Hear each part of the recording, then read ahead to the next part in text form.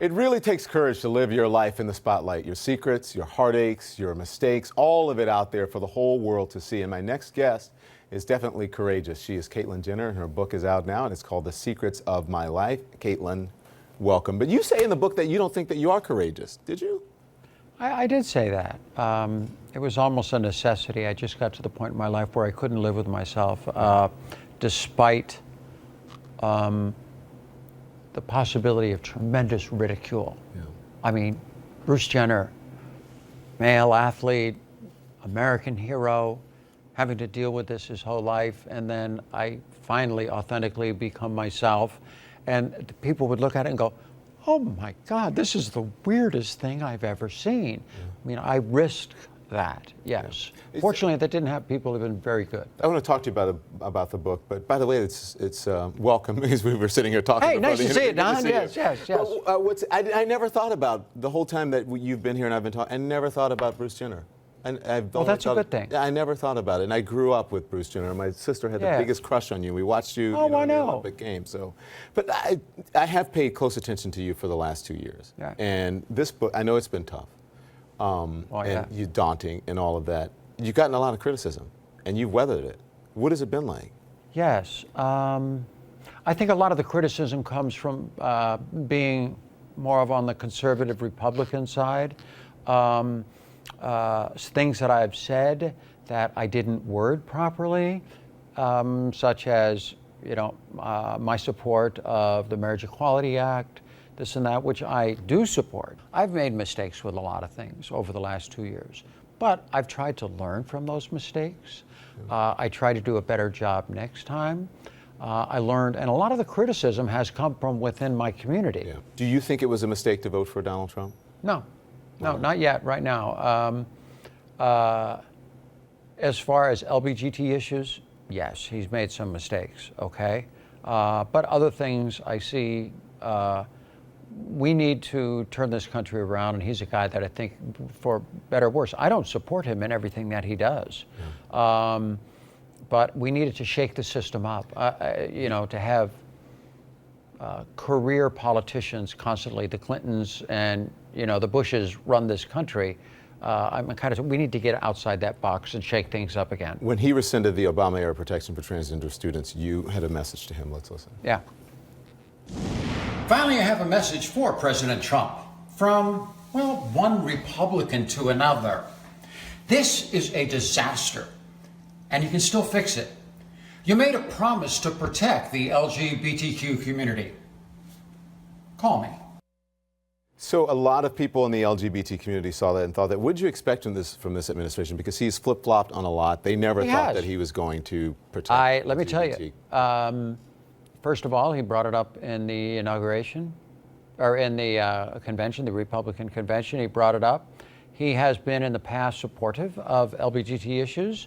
There was a girl named Jenna Telkova, who was a trans girl in the Canadian Miss Universe pageant way before all of this in 2012.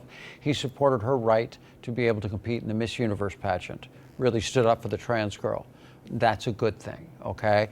In other instances, he has stood up for the entire LGBT community, okay? But he hasn't done it now, so what do you do? What do you do with... Watch him really closely, and to be honest with you, the bottom line is, as far as Title IX and when that was repealed, I'm going, why do this? There's so many other more important issues that the president has to deal with. We've got South Korea, we got North Korea, we've got all these messes, we got trying to build border walls, we got this and that. Why even deal with this? It's fine. It's not even an issue. Okay. Well, let's talk about that a little more. Okay. Because I thought it was interesting in your book. You repeated a couple of times where you said that you are that you have wealth, that you're entitled, that you're white. Oh, yeah. You said, and you write this, the roles have most definitely switched. You talk about once you were transitioned to Caitlyn. And on the outside, and Bruce on the inside, where he will happily remain for the rest of my days. Yes. So Bruce will remain on the inside. Do you think that you, as Bruce, are sort of a privileged, you have the mindset of a privileged, older white man, and now you're all of a sudden I never, living honestly, the role. in my entire life, have never felt privileged. I work hard. I didn't start off with everything. I built anything I have. I built. I used to live on $10,000 a year until I was 26 years of age. But you don't think Okay, it's a privilege in order I to drove be able to do that? $175 car. I understand that, but that's Yeah. a lot of people have strong work ethics. Yeah, that but was it's me. harder for a trans woman who may not be white or who it's harder for a black female or a black man or a Hispanic man or woman, especially a trans women of color, to be able to do that. I That's a totally privilege agree with to, you. to come from at and least how where would you and started. I team up together and make it better for them? I- And that's what I'm doing. I would love to do that. Actually. I would love that. That's my mission. I'm fine. Honestly, I am fine. I've got a roof over my head. I've got wonderful children. I've got a very good life. I am fine. But you okay? don't- back to the- and you don't I see wanna- that as what a I want to privilege, though, do that you- is help that marginalized community, and especially the trans youth coming up. That's all I do is work on things like that. And so my loyalties are not with Donald Trump. My loyalties are not with the Republican Party. My loyalties are not with the Democratic Party.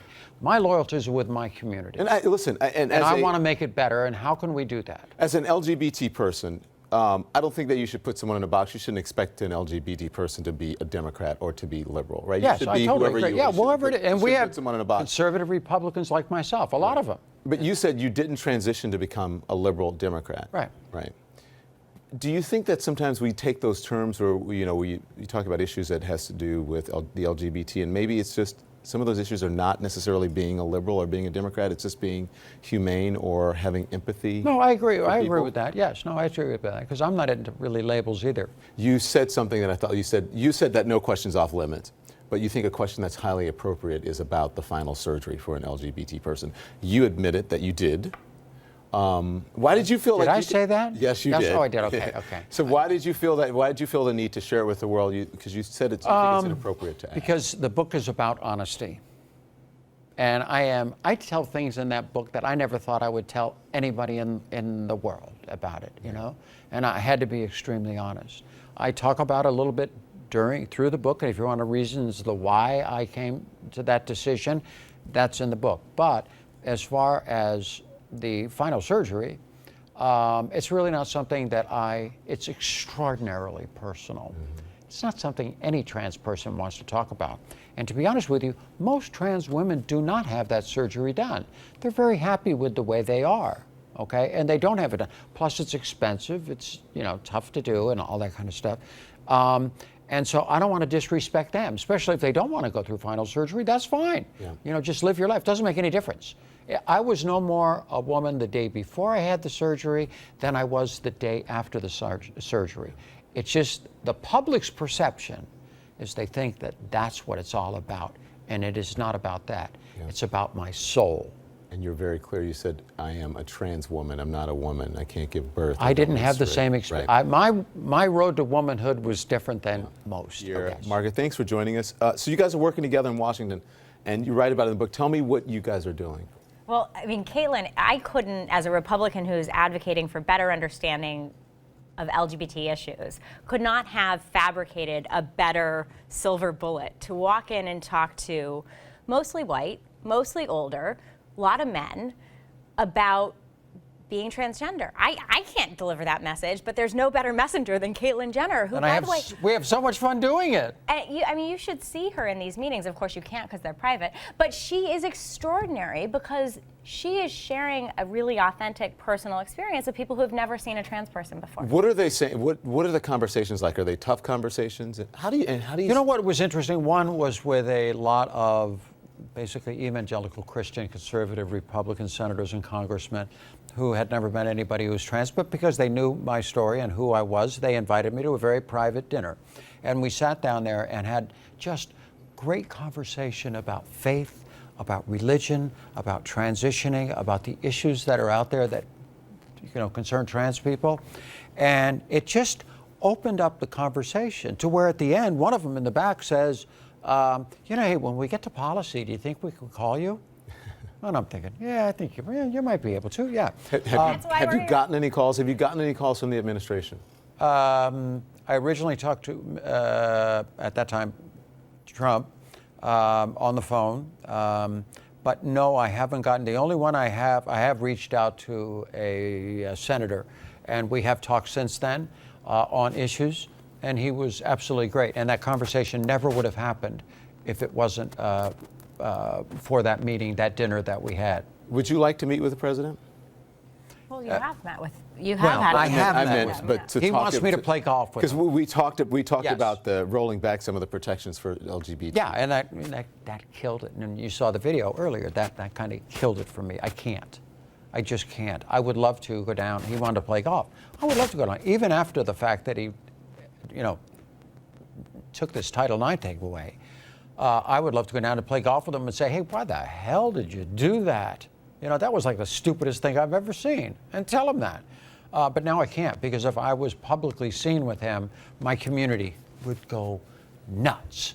I would be ostracized from the community. So I would like Why to don't have you that meet with meehave, him? but I would have it privately and nobody would ever know. Or why don't you I was have? there. Would you think about having it with members of the community? Do you think that he would be open to that, to having it? Of with course, I members think of he the would. community? Yeah, if I set it up, yeah. I mean, those are things. I even had conversation during the inauguration with Mike Pence. As we all know, Vice President, when he was, when he was governor, came up with some of the most anti-LGBT issues, legislation. And so, he needs a talking to.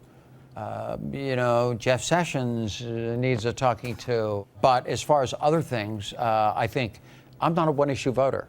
I mean, there's more to it than just trans issues. So it's going to take a lot more than just talking, Margaret, as you know. Look, here's the thing. I mean, Caitlin, because she's a Republican, when she goes in and talks to Republicans, they believe they're talking to one of them.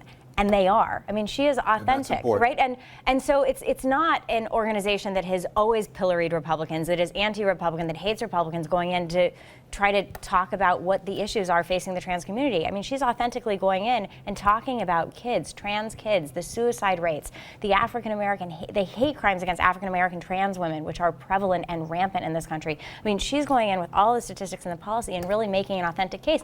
They can hear it from her in a way they can't hear it from someone else, because they see that they have a political worldview in common, they have an ideology in common, they have a faith in common, and so she's able to cross all these barriers that even I can't cross in But some Margaret, ways. you understand, if for a trans woman, may not have the luxury to vote on other issues, she may just be a one-issue voter because it's about life And or death nobody and about blames getting that a person. job for her, and they can't understand. Here's absolutely, I wanted but to here's get the a thing. job.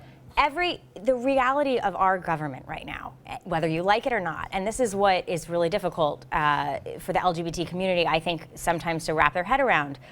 You have a Republican president, a Republican Senate, a Republican House of Representatives. That's just at the federal level, Right. where we need federal legislation, by the way. Then you take all the governors. 2/3 of the governors are all Republicans. If you're not engaging Republican legislators, you are not advocating effectively for policy changes that will lead to LGBT freedom in this country. Yeah. And I couldn't have said it better. no, and I couldn't. Thank you, either. Margaret. So listen, Yeah. just in the interest, I have so much to talk about. I wish I we could have know. done Why the don't we have more entire time? hour. Would you ever run for office? At first, I thought I would never run for office. Why? Because I got way too many secrets. And, because I've talked to Republican groups before, and they all go after your speech and this and that. My God, you should run for office. And I have to look. Now I have no more secrets. They're all out. I got nothing. The media couldn't go crazy on me because they know everything. So answer my darn question. Would you, Caitlin? Yes. Would you ever run for office? I would have to look over the next year or two and look and see, can I do a better job on the outside, or am I in a position now that I could do a better job for my community on the inside? All right. And if that's the case, if I find it's on the inside, that I would seriously look at it. I would seriously look at it. So, and keep your commitment. Be the voice of the voiceless. You have a huge platform. Not that I need to give you any advice, but yeah, as long as you do that, I think you'll be okay. And I just try to keep it real, be myself, and keep it real. thank you. It was an absolute pleasure. Doug. Thank you.